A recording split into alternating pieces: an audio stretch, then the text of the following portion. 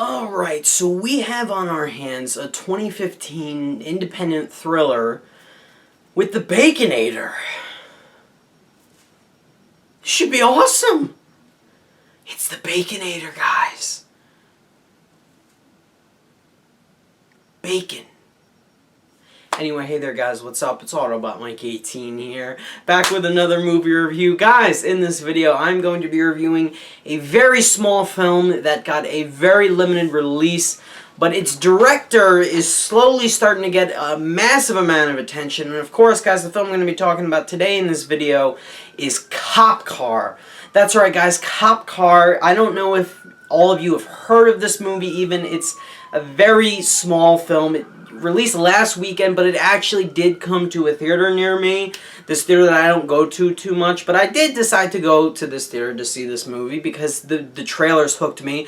I think I heard about this movie at one of the film festivals, whether it was Sundance or maybe it was even TIFF, I don't remember, but it was probably Sundance, but I read about it online, the synopsis of the film. I said, that sounds pretty interesting, I definitely want to see this movie. And then I completely forgot about it, and then I saw it was being released last week, and then I saw it was in my theater, and I said, oh, that's that movie, I gotta go see that.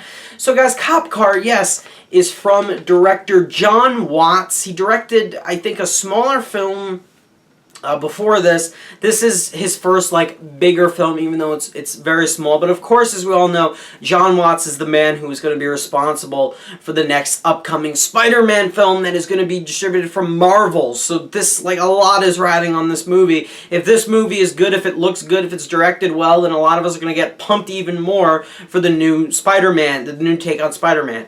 So guys, Cop Car. It stars Kevin Bacon. It stars two completely unknown young boys.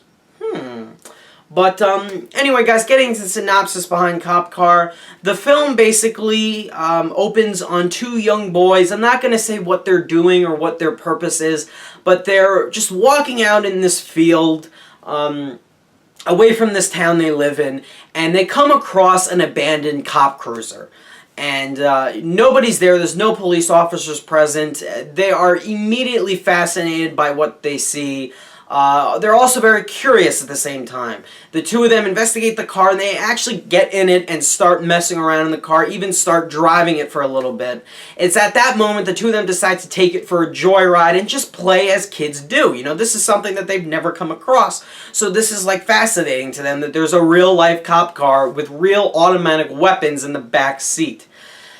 Meanwhile, while they are taking this car for a joyride, a very twisted and crooked sheriff, who is played by Kevin Bacon in this movie, discovers that his cruiser, this is his cruiser, is missing, and he sets out to try to find it, and find out who took it, essentially. So it's like the movie's like half this tale of these two young kids messing around with this cop car, and half Kevin Bacon's solo adventure trying to find out where it is, who took it, and to try to get it back, because he's getting involved in some shady things that he doesn't really want resurfacing. And because this cop car is stolen, you know, all of the dirty little things he's gotten involved with can re-emerge and obviously threaten his job. So that's all I'm going to say about Cop Car. I really want to keep it brief, and I want you guys to, again, walk into this movie really not knowing too much, and that's basically what happens within the first 15 minutes of the movie or so. But, guys, again, as I said with Cop Car, again, I have very high expectations going into this movie. First off, as absurd as the premise may be, because let's look at it this way. These two young boys are extremely young. Like, they're somewhere between 8 to 10 years old, maybe 8 to 11 years old. They are very young. One of them is as short, like he is as short as a 7-year-old kid, even though he's probably older, probably a little bit older. But, like, the fact that they find a cop car, and as innocent as young children are, decide to take it for a little spin is, you know, an interesting premise, because obviously the owner of this car is a police officer, in this case the sheriff, and, you know, is not going to find it, you know, is not going to take to it well when he notices his cop car missing. So I like the premise, but when you sit down in the movie and you see these 10-year-old boys like actually driving the car, like, on roads, you're like, would they really know how to drive that well? Wouldn't they just crash it? Like, that was, like, once you get past that, I was willing to just forego that and say, listen, this is a movie made for the sake of entertainment. I can get past that fact that these two 10-year-old boys probably have no idea how to drive a car. That being said, and apart from the performances that are really, really solid in this movie and the direction that is really good, I was actually impressed. I think Jon Watts did a very good job behind the camera for this movie. I'm interested, since this is a much smaller film, I'm interested to see where he's going to go with the new Spider-Man movie. Obviously, it's going to be a huge budget. Marvel has a lot riding on this. This is their Spider-Man, their take on Spider-Man. We need a good Spider-Man movie with this. But you know what, with the way the film was shot and the way that he builds up surprise in especially the first two acts, not the third act, which I'll get into, I have confidence that this guy can do a good job behind the camera. I don't know I don't think he's writing the script for the new Spider-Man. However, if he does, I'd be a little I know the Vacation movie writers are apparently writing it, and everybody's freaking out about that, myself included. I didn't even see that movie, but I don't need to because of the trailer. But if he was writing the script as he wrote the script for Cop Car, I might be a tad bit concerned in the areas of character development and character depth, and depth of character decisions and whatnot. Depth of and substance of overall characters, because ultimately, guys, that's where Cop Car kind of faltered for me. Now, not saying I hated this movie. I enjoyed this movie. I had fun with it. I gasped in a few moments. I was amazed at what these two young child characters have to go through in this movie, what they get involved with, in what was ultimately just an innocent finding. Like, they just innocently found this car and said, listen, this would be fun to, like, play, like, fugitive or whatever. We're rolling in the car, we're firing at people with imaginary guns, you know, like young kids do, young boys do. And ultimately, all that really worked for me very well. The fact that this movie's length is very, very short, and the fact that this movie just, in my opinion, needed at least 2 or 3 more scenes just showing these characters and giving us more into them, because I just feel the film has a way of just introducing us to these people, to these characters, to the two young boys. They're just there, and you can sort of, you know, use your brain to infer why these two kids are in this position, but ultimately you just don't feel as satisfied because you feel that the characters ultimately don't get a lot of, not only just not a lot of screen time, but not enough time to really show us who they are and what they're feeling. You know what I'm saying? And the same could be said for Kevin Bacon's character. I ultimately felt things fell flat in that area, with his character just being the same, you know, crooked cop character that we've seen in a billion different movies. And nothing new or you know, extreme was added. Kevin Bacon is great in the role. It's just the writing that just sort of falls flat for me there. And again, like, I enjoyed Cop Car. I'm going to give it a decent score. I just feel that this movie could have been so much better what it was. And it wasn't even like shooting or cinematography, or even, I think, the director himself. I think it all boils down to when they wrote the script. I really think that this was like one of those drafts that they were like, all right, we can make this movie now. I think they really need to go through another draft, maybe add another scene or two in there to really just get us acquainted with or more concerned for these characters. Because ultimately, when all the crap hits the fan in this movie and we get to the climax of this film that everything was building upon, it's not that exciting at all. I was not a fan of the third act of this movie, and it's mainly because the characters just don't have that much of a presence.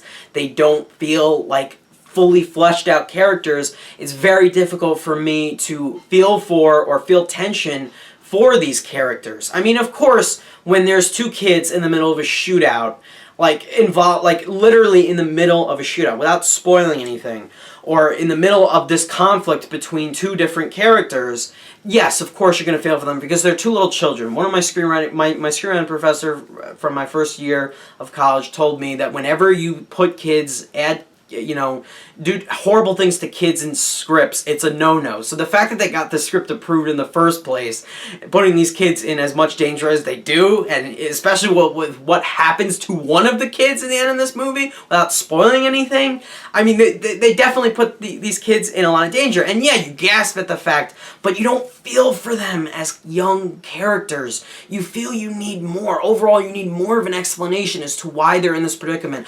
I would have loved, honestly, just one scene where the two of them are just talking, I don't know, in like this most playful and innocent way about, you know, how amazed they are that they have this cop car. Maybe could tie into their own lives, which is why they're in this predicament, without spoiling anything. I really just wanted a scene like that. Same thing with Kevin Bacon. I really wanted a scene where this character just sort of, I'm not saying we needed a backstory on him. We can infer why he's in the position he's in, but you just ultimately don't have it in you to care for his character or what happens to him come the climax, because one, we haven't spent enough time with him. Two, he isn't as threatening as I think he should be for an antagonist, a force that is, you know, stopping the progression of the story. And I just didn't feel it, ultimately. Now, that's probably my biggest flaw with the film. The writing feels very flat when it comes to characters. I feel we couldn't really, nothing to do with connecting. I just wanted to see more substance, more fully fleshed out characters, and I really don't get that. They feel rather one-dimensional or two-dimensional in this case, and that's a shame. But whenever a movie does that, immediately you just are going to be like, okay, I can't like this movie as much as I wanted to. Ultimately, my other huge flaw, and I hinted at this earlier, is overall how long the movie is. Now, I know everyone says less is more, and I agree with that. Less is more. If you have a short movie, you can tell your story in a 90-minute movie. You don't need a film to be that long to really get your point across. You can do it in 90 minutes. You could do it in 60 minutes if you're going feature length. If you want to do a short film, you can do it in 10 minutes. I've done it myself in one of my own works in less than 10 minutes. It can be done. The problem with Cop Car is that this film is too long to be a short film. There's too much in it to be a short, and overall it's 87 minutes, so it wouldn't be considered a short film. However, there's not enough substance and there's not enough scenes for me to say, yeah, it's a feature-length film. And that's ultimately why I have a problem with Cop Car's length, and I never, very rarely do I ever complain about a film's length. That's like something I never do. Again, because I always feel less is more. But with Cop Car, I couldn't help but feel that we just needed at least 2 or 3 more scenes between these two boys and some other scene involving Kevin Bacon. Instead, there's this, you know, there's a few ridiculous moments with Kevin Bacon's character where you're like, okay, that would definitely not happen in that case. And I feel that they could have used those scenes to really show what Kevin Bacon's personality is, what type of person he actually is, and we really just don't get that. Like, it's just like they set up these characters so well. They have great scenes with these children, really just showing us what it's like to be a ignorantly bliss child who doesn't know, you know, what they're doing with the things they're mingling with, the trouble they're getting themselves into. They're just so ignorantly, it's called ignorant bliss. And they're just so in that throughout the whole movie. They're so innocent. And it's, you know, those scenes are great. They add tension. But other than that, there's like nothing else to give us to just draw us into these characters, ultimately. In my opinion, the first 2 acts had great scenes. There were great moments within there, the 2 best parts of the movie. Things fall apart in the climax, in my opinion. It's not as exciting. You don't feel the flair or the tension that you should for these characters because you never really feel that these characters are fully fleshed out, so you can't care for them in moments of crisis that they're in. Ultimately, that's how I look at it that way. And I loved the final 10 minutes. I thought the final 10 minutes really worked because there was actually a character arc that one of the young boys, you know, completes, or I should say, or goes through. And that was a great payoff. However, Kevin Bacon's actions in the final 10 minutes, just completely ludicrous. I did not care for it at all. I mean, I guess I saw where they were coming, but I just didn't care for it. The last, like, 2 or 3 shots were great, okay? they were satisfying. But the third act, in general, as a whole, was poor. And overall, when you look back at the first two acts, they really needed to use that time to just develop and progress these characters along further, give them more substance, give them more of a backstory. And yes, you can argue that they just wanted to just, you know, present you with what is basically happening and make you connect the dots yourself. And I'm fine with that. I'm fine when movies do that, but not in this case. You need more to ultimately go off of and care for these characters and feel that they have enough depth or substance. And ultimately, that's my flaw with Cop Car, and that's why I didn't like it as much as I did. Again, it looked great. Jon Watts did a great job behind the camera. The cinematography is good. The two child actors are really good. I definitely want to stress that. They are great in the film. Kevin Bacon is incredible as always, but it's just the script just felt a little thin for me, and it just didn't feel like what it should have been. Like, it could have been more, in my opinion. It was lacking. Ultimately, guys, that's how I feel about Cop Car. I'm going 8.25 out of 10, or a grade of a B-. I would suggest it as a rental, or catch it on a cheap night if it opens in a theater near you. It's entertaining, it's engaging, but it was just lacking, in my opinion. So, guys, those are my thoughts on Cop Car. Please let me know what you guys thought about the movie down below in the comments. I greatly appreciate it. And thank you guys, as always, for watching. I will see you in my next video. Bye, guys.